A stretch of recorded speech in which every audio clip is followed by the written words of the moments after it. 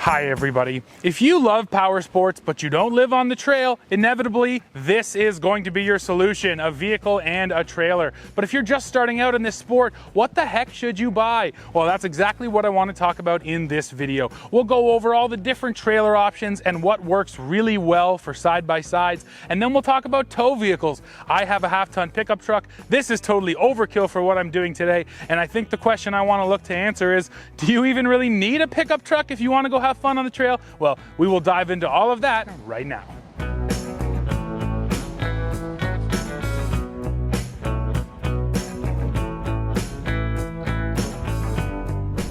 The first question we have to answer is, what type of trailer do you need?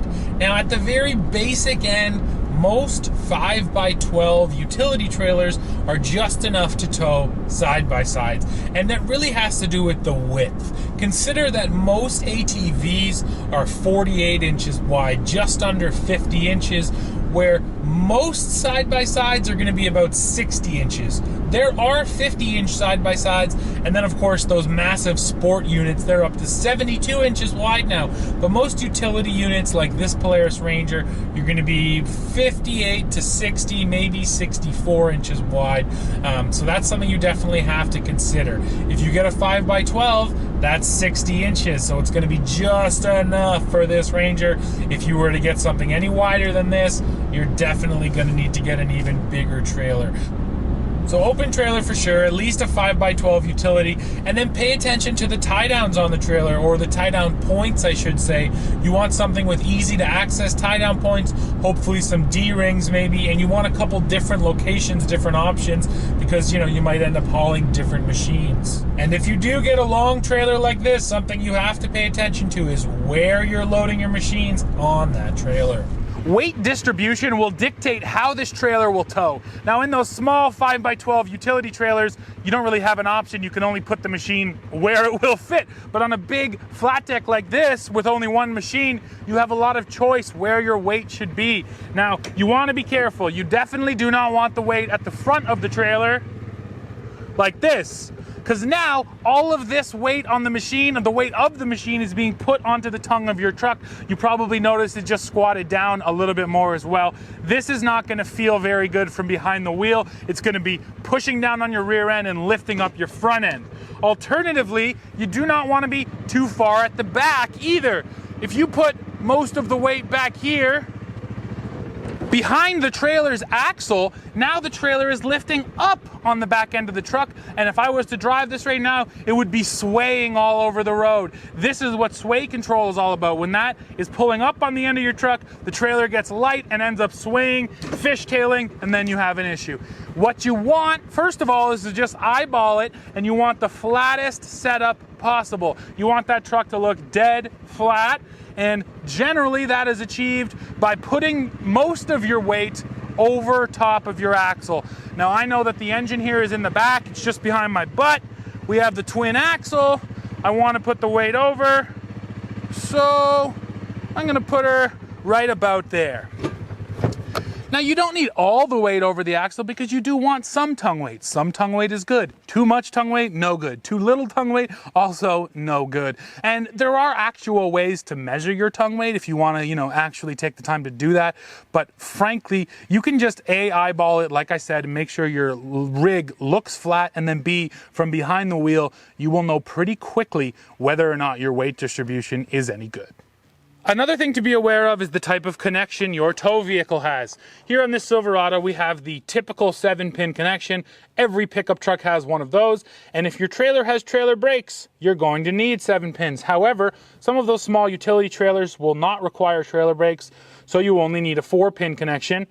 But look here, guys, there is no more 4-pins. Chevy actually eliminated it, and up here they've put connections for auxiliary trailer cameras. So if you were to tow a simple 4-pin trailer, you would need an adapter here on this Silverado. So that's just something to be aware of. You want to make sure you look into what kind of connection your trailer has, and then what kind of connection your tow vehicle has. Another thing to be careful of is which direction you load your machines. Now, of course, they are meant to be driven forward, so therefore the aerodynamics work when they're parked forward.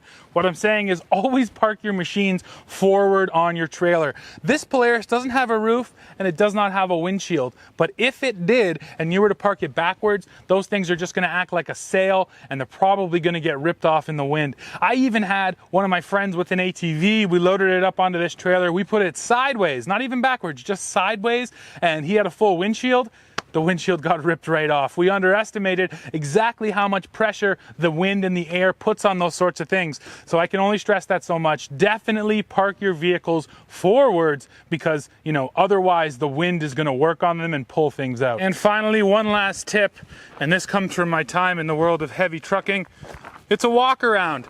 Before you leave, once you're all tied down and hook up, you always want to do one full, complete 360 around your tow vehicle, around your trailer. Double check your straps, double check your connections, look at your tires. Just make sure everything is everything because, you know, one small missed thing can be a big deal once you get out there on the road.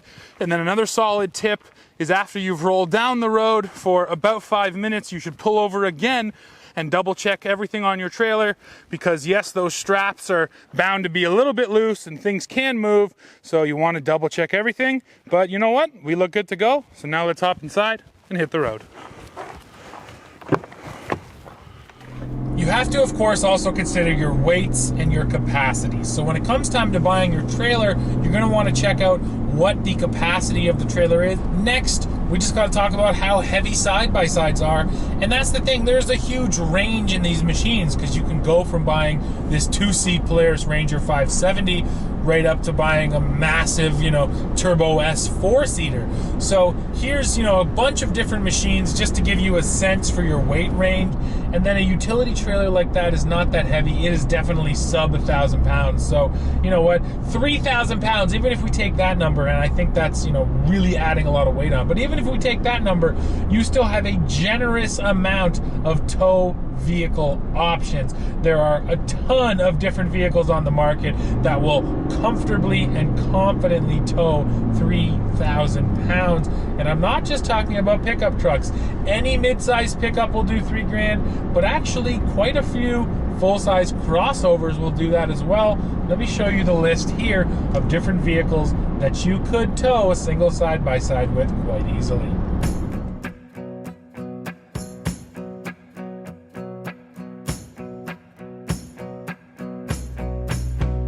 Once you're on the road, what else should you consider? Well, first of all, something you need to look into is the mirrors on your vehicle.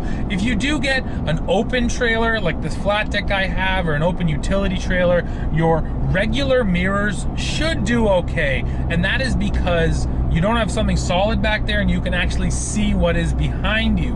Now, if you have an enclosed trailer or a trailer with some kind of hard walls, you are going to need accessory towing mirrors unless your vehicle comes equipped with them. But let me tell you right now, it's really only pickup trucks that come from the factory equipped with towing mirrors. Most regular SUVs and crossovers, you're going to need aftermarket mirrors if you can't see behind your trailer. Another big story with capacities is payload. Now, in a truck like this right here, with just a side-by-side on, payload's not going to be an issue. We have 1,800 pounds of payload here. That rig behind me right now doesn't even weigh a full 3,000 pounds. Again, let's round up and say it does weigh 3,000. That means I have 300 pounds worth of tongue weight. Now, that tongue weight has to be subtracted from your overall payload.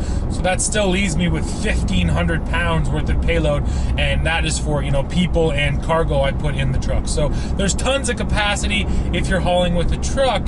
The payload story gets trickier once you do start looking at some of those smaller SUVs and crossovers, and most of them will do it. You just have to be aware that you're not going to have a ton of weight left over after the trailer is put on for the people and cargo in the vehicle.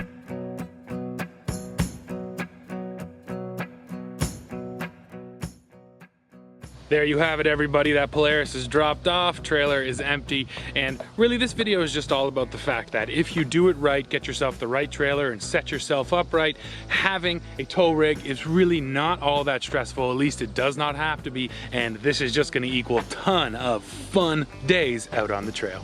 So guys, that's it for this one. Why don't you go below, hit like, hit subscribe, leave a comment, and then come right back to the channel for the latest news, views, and real world reviews. See ya.